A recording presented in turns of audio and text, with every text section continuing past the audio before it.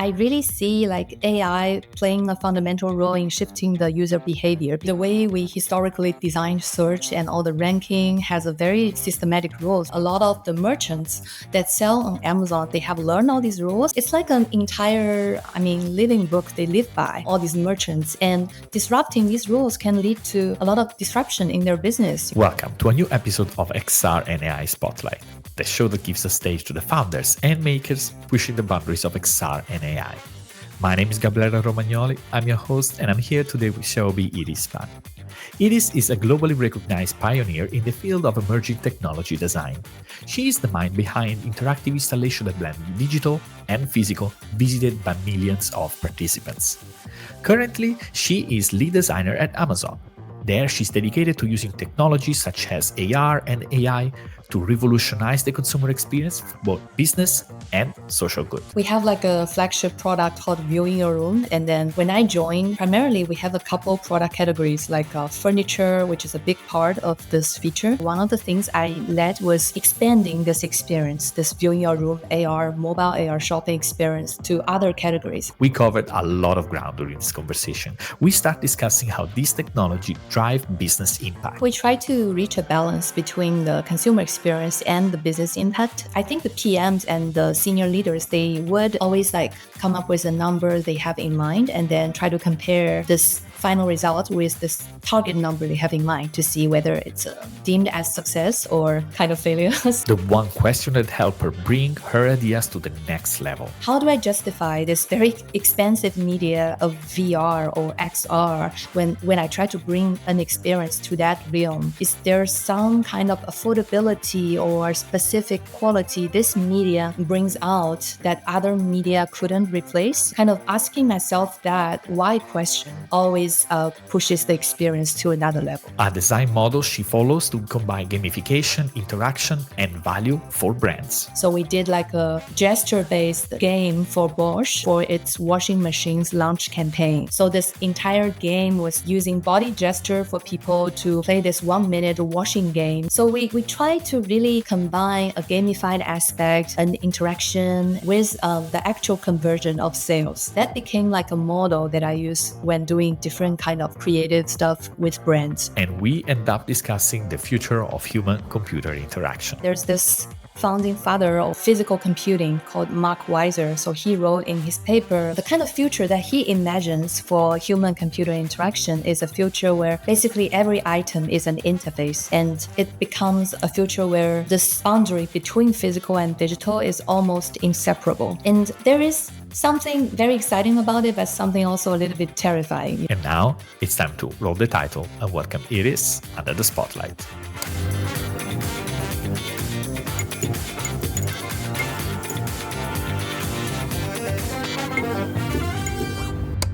Iris, it is a real pleasure to have you here. Hi, Gabrielle. Yeah, thanks for having me. So I want to dive directly into this topic because you have been in the field of XR and AI for quite some time. So I want to ask you, right, from you being from the outside and from being from the inside, how do you see XR and AI shifting actually the way people discover and shop for products?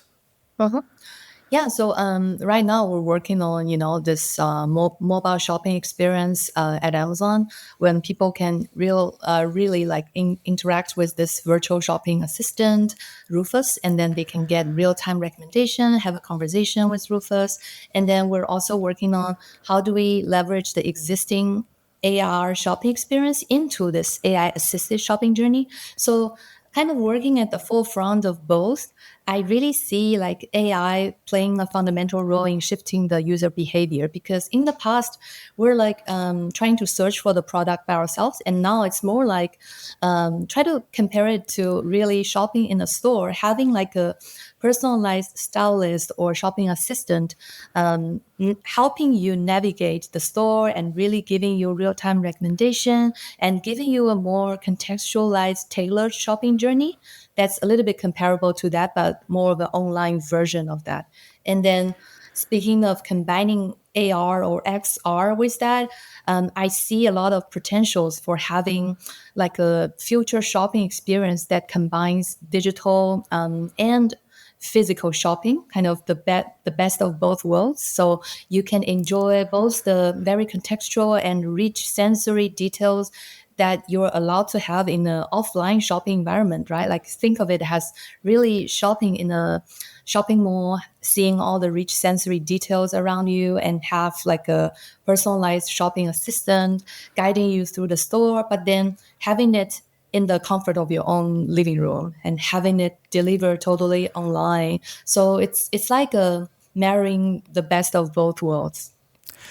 I'm really curious there because you have a lot of experience of building this physical with digital experience, Okay. right? And I think when we think about e-commerce or shopping now, we always think about apps. And I think that there is so much more to it. But before going into that, maybe you can tell us a bit more how this app that you describe, this, let's say, assistant works. Is it a separate website? Is it built in the Amazon app? Maybe can you guide us through the experience for a user that goes through this? Yeah, so it's actually embedded in the Amazon mobile app. So instead of opening the app and type, a keyword or a sentence to start a search, as people would normally do before, now you just have this pop-up sheet that is a shopping assistant, and you can have a conversation with the assistant. Think of it like a ChatGPT, but built within the existing mobile shopping app of Amazon. So not only limited to like having him or her answer a specific question and giving like a specific shopping recommendation, you can also have a more open-ended discussion with the assistant. Like, hey, it's Valentine's Day. What's the best idea to give my girlfriend a Valentine gift? So things like that. And we try to make it really mindful and sometimes based on the consumer's intent and what we know about their point at the shopping journey.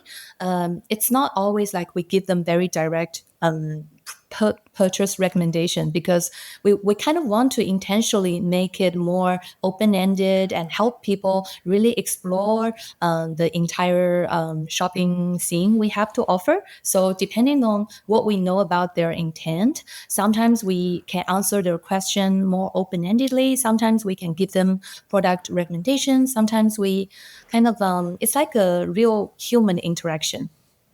And I think it makes a lot of sense, right? Because if I already know what I need, I would rather search it. But when Yeah. I'm asking to a chatbot, in a sense, right, then I'm more like open to let me surprise me in a way a bit, right? I can imagine this though being extremely challenging as well, right? I mean, when building something that in many different ways, of course, how to interact with humans, but also where do you direct the conversation? Like, what were some of the challenges that you have encountered in building something that adds value to the user, but still it's something that could be, let's say, respectful of all the rules and the regulation that can be within the Amazon shopping app? Yeah, I mean, for example, the way we historically designed search and all the ranking has a very systematic rules, right? And a lot of the merchants that sell on Amazon, they have learned all these rules and they try to prioritize their product ranking based on these rules that have been taught to them. So it's like an entire, living book they live by, all these merchants. And disrupting these rules can lead to a lot of disruption in their business. The way they've optimized their product image and the description and everything can lead to like a change in their business revenue overnight. So we try to be really conscious of that.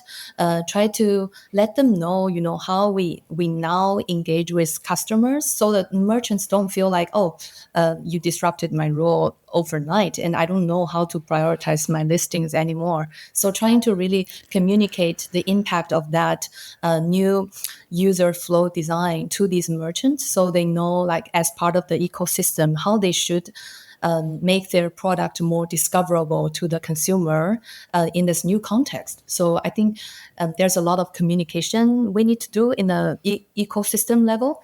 And then also, like, from a consumer experience level, how do we design a consumer experience that feels natural, feels intuitive, feels helpful for the consumer?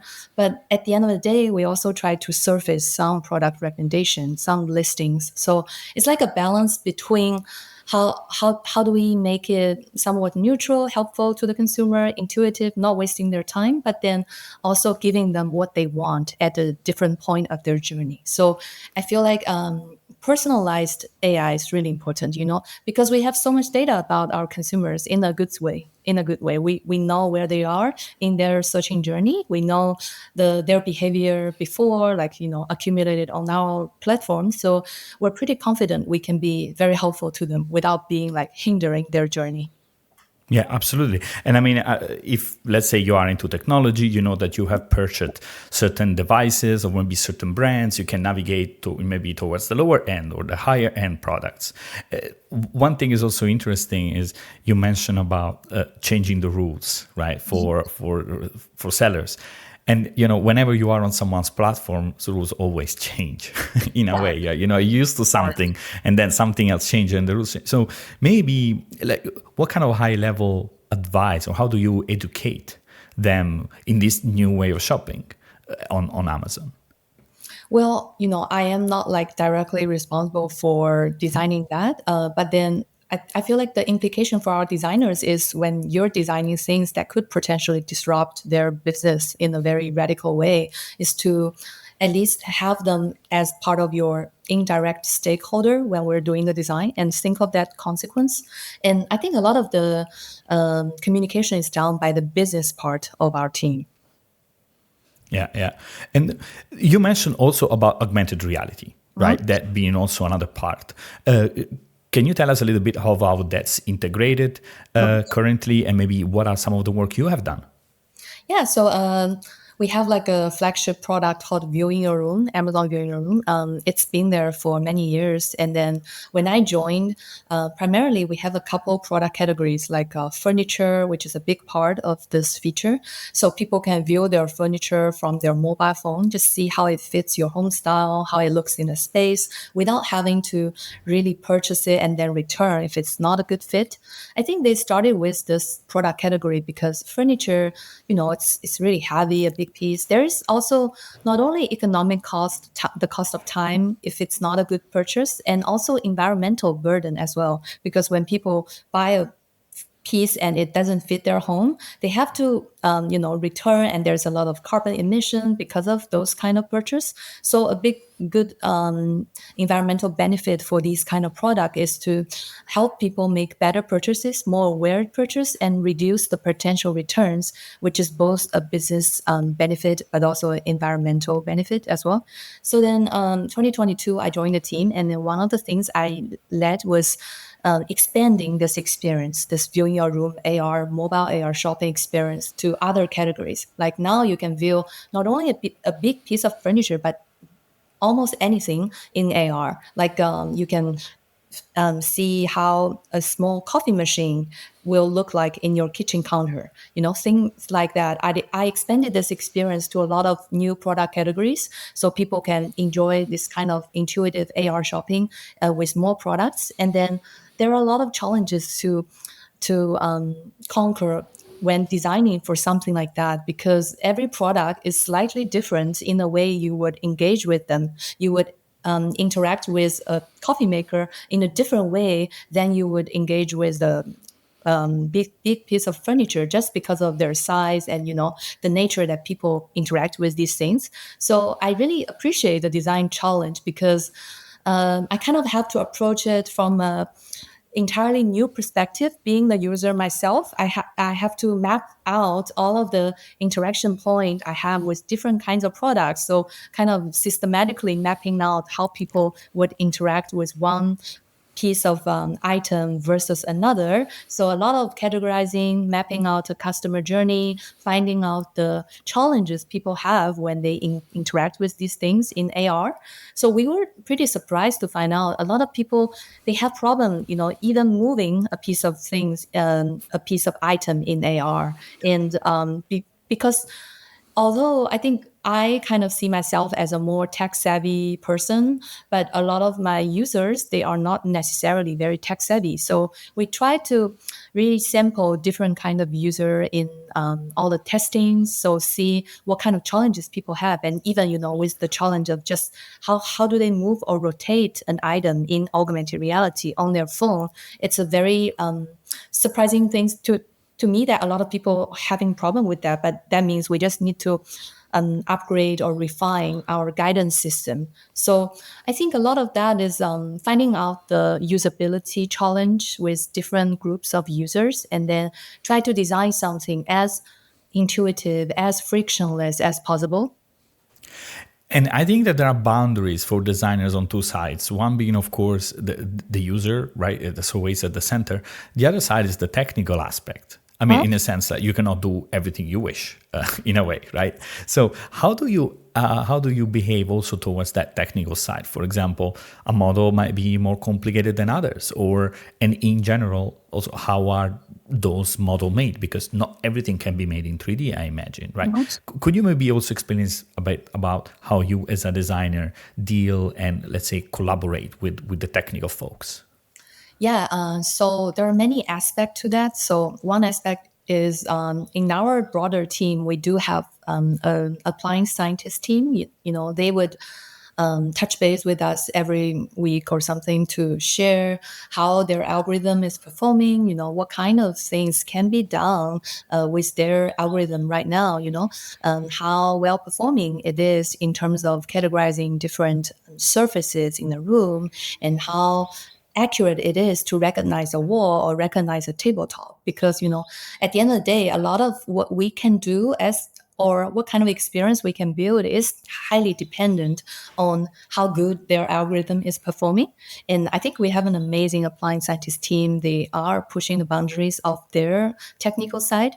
And then also, in terms of other technical limitations, I think the choice that we made about making our AR shopping experience accessible on a mobile phone is already like a technical choice, because we know not every person, or actually a very small group of people, have access to a mobile headset, right? And have like an AR headset or AR glass. So we try to make it accessible to a broader audience, in the sense that it is built within the Amazon mobile shopping app. So you don't need external hardware. You don't need to download an extra app. So in that sense, we're already taking into consideration a lot of technical constraints with hardware. And then we're also very aware of how an AR experience requires access to your camera, and how that might lead to extra power consumption on your phone and extra bandwidth. So we are very aware of all these things, and we try to reduce the size, in the sense of the model size, or how, I mean, from a network perspective, how much network bandwidth consumption playing this kind of experience will lead in your on your phone. So we are very aware of those limitations. And I mean, you brought up the idea of a headset, right? And maybe things are gonna change, and it's not gonna be we're always gonna have immediately digital content popping up in front of us. But I think it's gonna be a transition, and I think I would like to ask you about that later. But there is an important aspect, though, also that when deploying this technology, right, on an app like the Amazon app, what kind of metrics, what are the things that you measure in order to verify are we going the right direction or not? Yeah.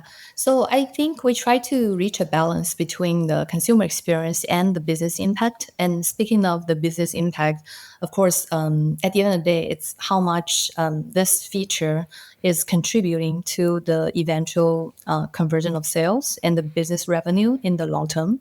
So we kind of evaluate the direct and indirect business outcome out of this feature through this data funnel, where our data engineers would evaluate. So we know after this new feature launched, for example, I designed this tabletop AR shopping experience as an extension of the existing floor-based furniture AR shopping experience. And then after it's launched, we would measure, how much revenue this launch of this single feature has led to in 3 or 6 months. And then we know, I think the PMs and the senior leaders, they would always like come up with a number they have in mind, and then try to compare this final result with this target number they have in mind to see whether it's deemed as success or kind of failure. So I think we do measure all these business outcomes, but we also pair that with more qualitative user feedback. We also value what the user says about our feature, and then how long they stay in the session, how deep their interaction goes, how many products they try out during one AR session. We also measure these kind of things. We want to know what they find, how helpful they find our feature is, and how immersed they can be in this AR shopping setting, and then how interesting they find the feature is. And then we have many ways to measure that. Qualitatively, we do user testing, user interview. We can really see how they engage with the product in real time. And then quantitatively, we do measure conversion rates and how long people stay in the session, how many products they try out in a session, and then things like NPR score, how likely they are to recommend this to their peers and friends. So I think we have a very good system to measure the outcomes. And even though, I mean, another important thing is that you mentioned something that is very, very, let's say, product driven, right? For example, the return or the evaluation. There is another element that is, in a way, kind of like branding, right? Or let's say long-term vision of how shopping is going to evolve.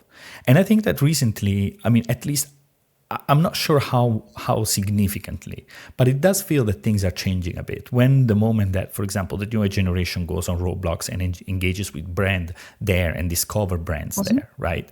And Roblox being one, but there is Fortnite, right? There are these gamified worlds where future shoppers, I'm not even sure how much future actually, maybe some portion of current shoppers are actually learning about brands, about products in different words. So what do you think is the role of that? And how do you think it's going to change?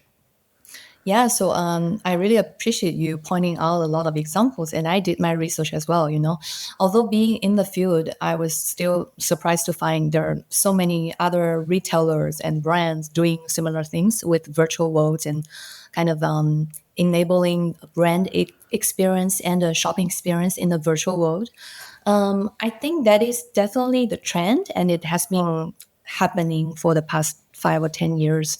But kind of after comparing all these experiences and trying them out, I think some of them are doing a really good job while others kind of fall behind. Personally, I think there's a strong case that each brand need to make when they decide to venture into the virtual world. Like what kind of virtual experience they want the consumer to remember. How do they inject the brand DNA into a virtual experience? It's one thing to just have a virtual land and just place your product in the virtual land, and it's another to make it really memorable, really special, and even have a personalized tone to the consumer and to the brand, so that people don't feel like it's a waste of time when they just, try their product in a virtual world. So I think a lot of brands are paying more and more attention to that DNA of the brand. And also as a VR creator myself, sometimes I also create some virtual experience for art or for education or other purposes. I always like to ask myself this question, like, how do I justify this cost of computation, cost of building asset and everything? In a way that, I can draw a concept and I can make it into a video game or other media. How do I justify this very expensive media of VR or XR when I try to bring an experience to that realm? Is there a potential reason for doing that? Or is there some kind of affordability or specific quality this media brings out that other media couldn't replace? Kind of asking myself that why question always pushes the experience to another level. So I feel like a lot of brands do need to ask themselves this why question, and then try to really give this experience a soul to appeal to more customers at a deeper level. I just wanted to have a quick break to remind you that if you're enjoying this conversation, you should definitely check out the XR AI Spotlight newsletter. By subscribing, you will get weekly interviews like this one directly in your inbox. And by subscribing, you also get access to a list of tools and apps that allows you to experience conscious plotting in VR on Quest and Vision Pro. Just check the first link in the episode description. And now, let's get back to the show. You made a very good point. And, when saying expensive, I think expensive can mean so many things. Uh-huh. It's like expensive to create, but also expensive to consume in a way. I mean, it's like just the pure fact of, okay, I need to go to the web. Now I have an avatar. I have to understand new things. So there are so many elements of that expense. Based on what you have seen also as a VR creative, right? When would you say that it makes sense? When would you say that it adds value? I have my own opinion there, but I'm first curious to hear yours. Mhm. Yeah, so a simple rule of thumb, I was also get asked this question a lot, and my simple rule of thumb is always like, does this media offer me like a unique advantage in the storytelling and in delivering this brand slash consumer or shopping experience in a way that other media couldn't afford? If the answer is yes, then I kind of have a justification or for paying all these development and creative cost. And also, as you mentioned, the user have a cost to enter this experience as well. And then, or to put it more simply, I was, saying to a bunch of students the other day, I was like, maybe even simpler rule of thumb is when people have experienced your VR or XR shopping experience, would they feel really intrigued and really passionate about it to the extent that they will take a video and share it on Instagram, It's like, if it's this level of novelty and excitement and interest to people, then it's worth building. Otherwise, if people just experience your VR shopping land and then they don't even feel really intrigued by it to share on Instagram, then maybe that says something negative about the experience. You made a very good point. So let's say, in a way, that's kind of like a form of recommendation of the experience, of course, right? So yeah, absolutely, I agree with you. And I think also that one element that these experiences bring is it's the gamification, right? Yes. That sometimes brands are addressing this as, okay, this is a showroom where there are products, but people are not there to see products. People are there to play. Yeah. And play can take different form, right? But in a sense, that is like a very, very core thing. So I think that sometimes, like, thinking first as this is a game and let's brand a game, it's kind of like more a better experience. Let's gamify a showroom. Okay, that's maybe we start from the wrong perspective. Yeah. Yeah, I totally agree. Kind of these kind of gamified virtual land and gamified virtual shopping experience, they are an excellent opportunity to connect the consumer with the brand, because at the end of the day, I think the core to branding is to establish a emotional connection between someone and the brand. It could be through like a campaign where everybody feel like they empathize with the persona, or it could be through a gamified experience where people really enjoy a sense of delight through this experience. Although it's a shopping experience, but in the core, it's also a game for someone to participate. And having that sense of delight and in the best case, it's a personalized way of delighting the consumer.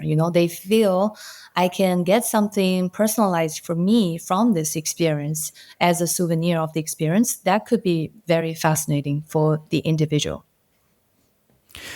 So, and the other point also that I want to add before we change topic is also, you mentioned as value moment for the experience, the sharing of that experience, right? That is sometimes not necessarily what marketeers have in mind when this experience, okay, we're going to do this and we're going to make more sales. And that's also one of the points, that the value then becomes, for example, the brand awareness, rather than something that is a conversion element. That is something that is more straightforward in, let's say, a store in a way. So treating those, and I think also educating PMs and leadership about the value of these things can be also kind of tricky, I can imagine. Yeah, it's like balancing the long term with the short term. And then sometimes I feel like a good designer's advantage is you have to be a very good storyteller, sometimes even portraying a vision before it is even there, to kind of sell your vision to the leaderships and to your partners, and then win their support through a vision, through a story. So you mentioned also that you have created actually installation, right? Physical installation and blending the digital and physical. Can you give us maybe some example and how do you see that you mentioned exciting you, right? How do you see that moving into the shopping experience? Yeah, so I did have the opportunity to design something like very, in my view, it really like embodies this concept of blending the digital with physical. Back in 2015, 2016, I was in Shanghai. I was doing a lot of creative branding solutions for different brands for their campaigns, their offline stores, and then some of the creative markets in Shanghai. And then for example, I designed this installation called Love Cassette, and then the way you would go about it is a consumer would go into this physical store and they would interact with this installation and get a personalized souvenir from their interaction, which is a Soundwave postcard that they basically get the postcard after they've recorded their love message through the cassette. And this entire experience is a branded interactive experience. And after they get the postcard, they can give it to their friends as a gift, and their friends can scan the QR code on the postcard to hear their love message. So it's like going from offline interaction to another level of friend or community engagement. And then those friends, they scan the QR code and see this campaign web page like in a HTML5 page online.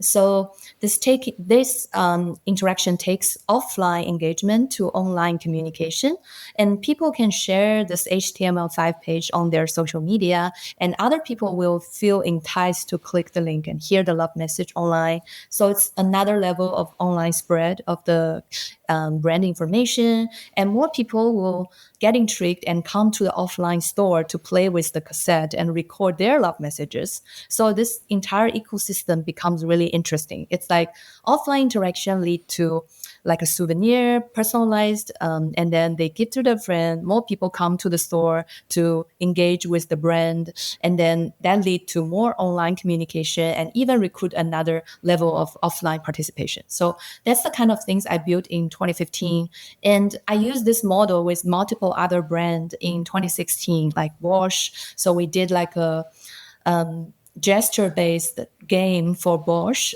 for its washing machines launch campaign. So this entire game was using body gesture for people to play this 1 minute washing game. It's like when you use the gesture of washing a type of clothes, this whole washing machine starts functioning, of course, on a huge LED screen, and then you can combat another player on the other side of the screen, and then within 1 minute, you can kind of finish the game, and the more clothes you can wash with your gesture and the higher mark you can get, and that converts to a discount for purchasing that washer or dryer. So this whole experience is offline. So people come to the campaign, to the shopping mall, they engage with the product and the exhibition, and they play this game within the, this offline campaign setting using their body and gesture. And they also get this discount for purchasing the relative product. And so offline interaction lead to online communication of the coupon.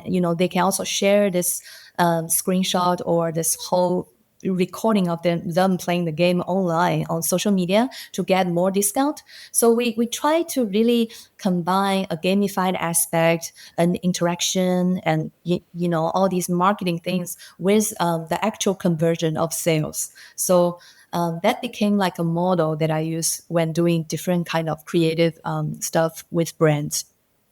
It's a very interesting one. And while I can think, let's say the second that you described sounds like fun, and I can imagine people really doing their best cleaning to get the discount and winning. I can imagine the competitive people. But the first one is actually very interesting in the sense when you mentioned about a souvenir that you share with others, and that has a bit of an emotional value to it, right? It's not necessarily a monetary value, but I could see that how that person then being, let's say, surprised, right, but by this gift, then decides, oh, this is so nice. I want to go and want to do it as well. Yeah. Right. So you get a different way that let's say engagement of getting people to the store and so on. So this is a very interesting concept actually. Yeah, I also wanted to add that even though, right now I'm mostly in my work, I'm doing mostly digital product and experience design. But I think one of my personal mission and passion is to advocate for the physical. I think there is a lot of not only value, but a lot of emotions attached to having something tangible. You feel the texture, you feel the warmth, you feel a lot of very deeply human stuff with tangible things. And I wanted to try to see new ways of bringing people back to the physical world because, well, we are all addicted to the screen. We study, we work, we play, we socialize on a screen-based world, and it's sometimes I feel a little bit pathetic for our generation and the even younger generation to, the other day I was in a restaurant and all the kids are just addicted to their screens. Even when they're lining up to check out, all the kids were addicted to their iPads. So I feel like there is a lot of also social values. As designers, we need to push for a world where we don't completely isolate ourselves from each other. We don't completely just get addicted to the pixels, to the screens. I want to bring back the good side about being in the physical world. Do you think that AR glasses might help with that? To some extent, yes. So Because, I because it could go both ways. In a way, it could just get worse, or it could maybe the fact that it removes some of that content from a flat screen and puts it in yes. the space. It might connect you back with the space. It could give Mhm. more meaning to the space, and we could go from doing this to going up and looking outside Mhm. again. What do you Yeah, I think? mean, Um, I do see like a very strong positive shift towards that kind of human computer interaction interface. There's this founding father or this forerunner of physical computing called Mark Weiser. So he wrote in his paper like the kind of future that he imagines for human computer interaction is a future where basically every item is an interface and it becomes a future where this this boundary between physical and digital is almost inseparable. Every item, every window, every object in our life can become an interface of interaction. And there is something very exciting about it, but something also a little bit terrifying. I don't want my life to be fully digitized. I want, there is a positive side to it, at least compared to fully having people focused on their screens. But the downside to that is how do we even differentiate between an offline and online and offline life, right? So I think the challenge for designers is to be really conscious about what kind of future we're pushing and always like stick to certain values when we need to make those choices. And I think you have a great responsibility. I mean, great power and great responsibility because I think this is happening. I mean, this is not crazy. The moment that, I mean, for example, we see already the Quest opening this access to the camera API means that you can see in the real world, people can start learning and developing and understanding what objects are them. And when you know what object, that object can be turned into an interface, right? Yes. And so it is not the distance. When we think about, let's say, what is real and realistic, right? And how this technology can evolve, what do you think it's possible and that it would add, let's say, meaningful value to people's life in the next 1 or 2 years? So are we referring to wearable AI in this context? Correct. Yes. Well, I believe everything is possible. The technology is already there. I don't think we are looking for the technology leap in any sense. It's already there. It's just maybe some of those demos or videos are not out because they don't want to scare us off too much. So, well, the technology is completely there. I don't have any doubt in that. As designers or just as a human being, I think we just need to defend our own boundaries in a cognitive sense. Like yeah, the technology is there, but you still have a choice from an individual perspective to completely immerse yourself in digital technology or defend certain boundaries and try to give yourself some off time. And from a user perspective, right? So we're talking about the technology. Is it ready? Is it not? But then going back to the user, do you think are people ready maybe to have a more immersive AI-driven shopping experience where maybe they are in a physical store? Or is that too much of a big leap from what we are used to? Yeah, again, I'm biased, I'm always like, even as a child, I'm always the person in my family that fixes every gadget, although I don't even have the words to read the menu yet. So I think I'm like the quote unquote more technical generation of my family, right? And then, of course, compared to the Gen Zs and the 2000s people, I'm like the outdated generation. So I can only speak for maybe my generation or the generation that's older than me. In our generation, I feel like maybe 15% of people are ready, and then the rest always are a little bit more conservative about new things. And then depending on the different cultures, we all know like in the US or in some very, vastly developing countries, people are kind of more open-minded towards adopting new technologies. They have less concerns about privacy, or they are willing to offset certain privacy just for more convenience. And then in other parts of the world, for example, Europe, not to calling you people out, but people have certain, like they have stronger concerns about privacy or other values than just kind of being very light-hearted about giving off their privacy. So I think people vary in terms of different culture, different age, and different technical environments. I wouldn't say like more than half of population are ready for an AI wearable shopping world, especially when it comes to wearing a certain headset.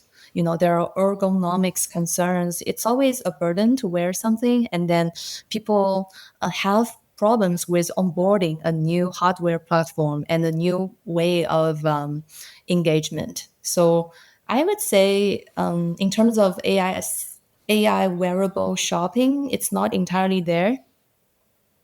Yeah, and I think, I mean, people do operation, spend thousands of dollars and go through a lot of pain just to remove their glasses. And now we are asking them to put it back again, even though they are not foreseeing, right? That is just a point. What portion of people would want to wear glasses? But again, I think we're always assuming that wearable AI means glasses, and that's not completely true, right? There is so many spectrum of this could evolve that goes beyond glasses that I think it's another interesting part of conversation. But I want to ask you one last question. So from a design perspective, right? If you were designing an e-commerce experience from 5 years from now, what do you think would be the core differences? Oh, very cool. I think I can see some trends pretty clearly. I cannot like predict a very determinate future, but I see a lot of very clear signals and trends. One thing is definitely personalization. With, oh my God, this whopping speed of evolvement of AI or Gen AI, deep personalization is entirely feasible now.